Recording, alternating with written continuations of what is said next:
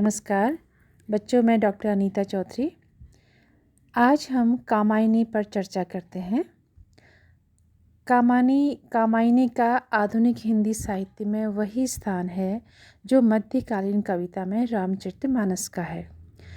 कामायनी हिंदी जाति के आधुनिक चिंतन का एक कलात्मक दस्तावेज है, जिसे जयशंकर प्रसाद ने पूरी चिंतनात्मक एवं कलात्मक प्रौढ़ता के साथ में रचा है।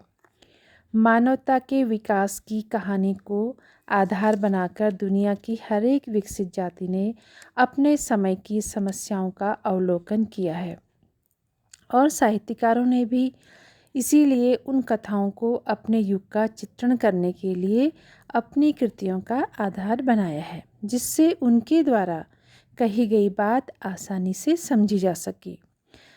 कामायनी के रचनाकार जयशंकर प्रसाद ने भी इस कृति की कथा का स्रोत वेद, पुराण और इतिहास में बिखरे मनु के इतिहास में खोजा है। भारत के इतिहास में जल प्लावन की घटना कोई सामान्य घटना मात्र नहीं है, जिसका उल्लेख शतपथ ब्राह्मण में भी मिलता है। इससे पूर्व ऋग्वेद में भी मनु और श्रद्धा की कहानी मिलती है। आगे चलकर छंदोदय उपनिषद में श्रद्धा के कामायनी स्वरूप को व्यक्त किया गया है। इन स्रोतों से प्रसाद जी ने अपनी कथा निर्मित की है। जल प्लावन की घटना एक युगांतर की द्योतक है, जिससे मनु देव सभ्यता से मुक्त होकर मानव सभ्यता का निर्माण करते हैं। यह मानव सभ्यता देव सभ्यता से विलक्षण है और इसका मेल उस मानव समाज से है जो यथार्थ रूप में आज सभी के सामने है और जो एक निश्चित यात्रा करके आज की स्थिति में आ पहुंचा है। जयशंकर प्रसाद ने परंपरा से सुलभ मनु और श्रद्धा की कथा तथा अपने समय की समस्याएं एवं अपने अनुभव और जीवन दृष्टि के अनुरूप कामायनी को काव्यात्मक स्वरूप प्रदान किया है और इसको 15 सर्गों में विभाजित किया है, जिसमें है चिंता सर्ग है, आशा सर्ग है, श्रद्धा है, काम है, वासना सर्ग है, लज्जा सर्ग, कर्म सर्ग, ईर्षा सर्ग, ईड़ा सर्ग, स्वप्न सर्ग, संघर्ष सर्ग, निर्वेद, दर्शन और रहस्य सर्ग तथा आनंद सर्ग। हम संक्षिप्त में इन सर्गों के विषय में थोड़ा सा चर्चा करते हैं। चिंता सर्ग शतपथ ब्राह्मण के 8वें अध्याय की कथा को आधार बनाकर कवि प्रसाद ने लिखा है कि एक समय की बात है कि एक बार सृष्टि में खंड प्रलय के रूप में जल प्लावन की घटना हुई, जिससे हिमालय के दक्षिण में पड़ने वाला विस्तृत भूभाग जलमग्न हो गया। इसमें देव जाति नष्ट हो गई। इस जाति का केवल एक पुरुष मनु ही जीवित रहा, जो एक छोटी सी नाव के सहारे हिमालय तक जा पहुंचा। वही मनु हिमगिरी के एक ऊंचे शिखर से बहुत उदास भाव से इस जल प्रलय के प्रवाह को देख रहा था और वह यह अनुभव कर रहा था कि सभी जगह एक ही तत्व की प्रधानता है, चाहे वह जल के रूप में तरल स्थिति में है या बर्फ के रूप में ठोस स्थिति में है। मनु के बाहरी रूप का चित्रण करते हुए कवि ने लिखा है कि वह स्वस्थ सुगठित शरीर वाले एक तपस्वी के समान दिखलाई पड़ रहा था और उसे अपनी रक्षा की चिंता पीड़ित कर रही थी। उधर ज्यों-ज्यों पानी उतरता जा रहा था, त्यों-त्यों भूमि भी दिखाई पड़ने लगी थी। ऐसे समय में चिंता करने के अलावा और क्या शेष रह जाता है। इसलिए मनु अत्यधिक चिंतनशील हो रहा था। वह इतना चिंतातुर हो गया था कि उसकी चेतना भी मानो जवाब देने लग गई हो। वह अपने भूतकाल को जितना याद करते उतना ही और ज़्यादा दुखी होने लगते। ऐसे समय में वह आत्मालोचन करते हुए देव सभ्यता को कोसने लगता, जिसने भोग विलास और दंभ के सागर में खुद को मग्न कर लिया और जो उसके विनाश का कारण बना था। प्रकृति में उनके ही दंभ पर मानो खंड प्रलय के रूप में प्रहार किया था। इस प्रकार खंड प्रलय से प्रसाद जी ने प्राकृतिक न्याय की परिकल्पना को साकार किया है। मनु सोचता है कि देवताओं की सभ्यता के विनाश का कारण क्या है। इस प्रश्न के उत्तर के रूप में वह देवताओं की अपरिमित शक्ति एवं भोग विलास के साधनों को ही मानता है। वह कहता है कि देवताओं के दंभ और अनाचारों ने ही उनकी सभ्यता को नष्ट किया। देवताओं का वह विलासी संसार अब नष्ट हो चुका है। न तो वह प्रेमालिंगन है और न कपोलों पर पड़ती सुगंधित वाष्प है, न गीत ताल नृत्यों का संसार है। वह देख रहा है जो महल कभी मणि द्वीपों से जगमगाते थे, आज उनमें चमगादड़ बोलते हैं। वे सारे प्रेमालिंगन समाप्त हो चुके हैं। उन पुलक स्पर्शों का पता तक नहीं है और वह मधुमय चुंबन की प्यास अब किसी को नहीं सताती है। इसका कारण भी वह सोचता है कि देवताओं का समाज विकल वासना का समाज था। वे अपनी ज्वाला से जले थे और इसके बाद जल ने उन्हें नष्ट कर दिया। जहाँ कभी देव कामनियों के नयनों के उत्सव चलते थे, वहाँ अब प्रलय लाने वाली भीषण वर्षा हो रही है। देव यज्ञों की आग आज समुद्र के रूप में लहरों की माला बन गई है। इस प्रकार चारों ओर हाहाकार मचा हुआ था। वज्र टकरा रहे थे। चारों ओर से धुएं के समान बादल उमड़ आए थे। सूर्य भी मलिन हो गया था। धरती पर चारों ओर प्रलय का दृश्य उपस्थित हो गया। ऐसे समय में अकेले मनु की नाव ही शेष थी। प्रसाद जी ने इस सर्ग में कथा को ज़्यादा प्रधानता न देते हुए विनाश की घटना का बिंबात्मक स्वरूप ही अधिक अंकित किया है, जिससे वह इतिवृत्तात्मकता से बच गया। मनु सोचता है कि वह अपरता का खंडन दंभ है। वह सोचता है कि अमरता सत्य नहीं है। ऐसे में मनु को मृत्यु ही सबसे ज़्यादा सुखदायी प्रतीत होती थी। लेकिन धीरे धीरे प्रलय निशा समाप्त होने लगी थी और प्रभात की लालिमा भी दिखाई देने लगी थी। ये है चिंता सर्ग की। मनु को चिंता है कि प्रलय की स्थिति है। अब वह देखिए आशा सर्ग। इस सर्ग का प्रारंभ सूर्योदय से होता है। सूर्योदय आशा का प्रतीक होता है, जो आशा की किरण की ओर संकेत करता है। काल रात्रि समाप्त होने का समय आ गया था। प्रकृति का मास समाप्त होकर वैसे ही हास में बदल रहा था जैसे बरसात के बाद शरद ऋतु आती है। हिमालय की सृष्टि पर अब आलोक फैल रहा था। पृथ्वी से बर्फ हटने लगी थी और तरह तरह की वनस्पतियां अंकुरित हो रही थी। इस स्थिति का प्रसाद जी ने अत्यंत काव्यात्मक चित्रण किया है। प्रकृति का परिदृश्य ऐसा लग रहा था जैसे कि सारी सृष्टि सोने के बाद जाग रही हो। उस दृश्य को देखकर ऐसा लग रहा था जैसे समुद्र की शैया पर धरावधु ने मान कर रखा हो। कोई विराट शक्ति जैसे उसे नवजीवन प्रदान कर रही थी। वह सोच रहा था कि संसार में सब कुछ परिवर्तनशील है। यहाँ सब कुछ नश्वर है, कुछ भी स्थायी नहीं है। वह प्रकृति की जीवित सत्ता को देखकर अभिभूत हो जाता है और प्रश्न करने लगता है कि वह अनंत रमणीय शक्ति कौन है।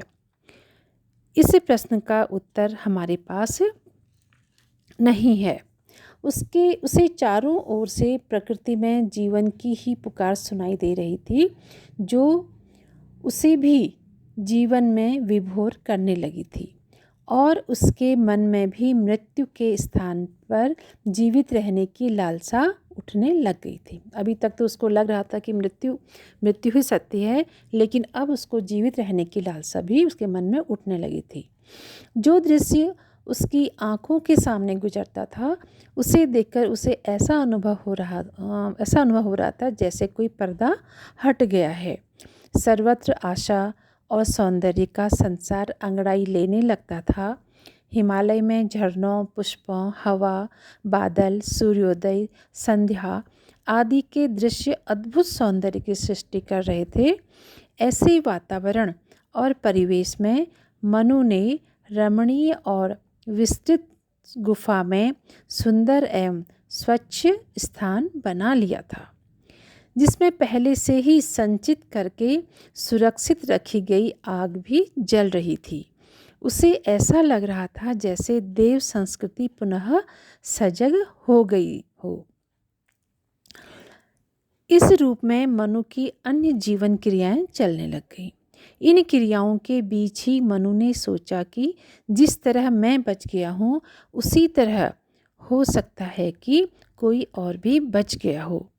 इस बात को ध्यान में रखकर वे अपने खाने से बचा हुआ अन्य किसी स्थान पर रखकर आने लगे और अकेले में एक मौन साधक की तरह रहने लगे, जहाँ उन्हें सुख और दुख दोनों की अनुभूति होने लगी थी और वे अपने अस्तित्व की रक्षा में स्वयं को व्यस्त रखने लगे थे।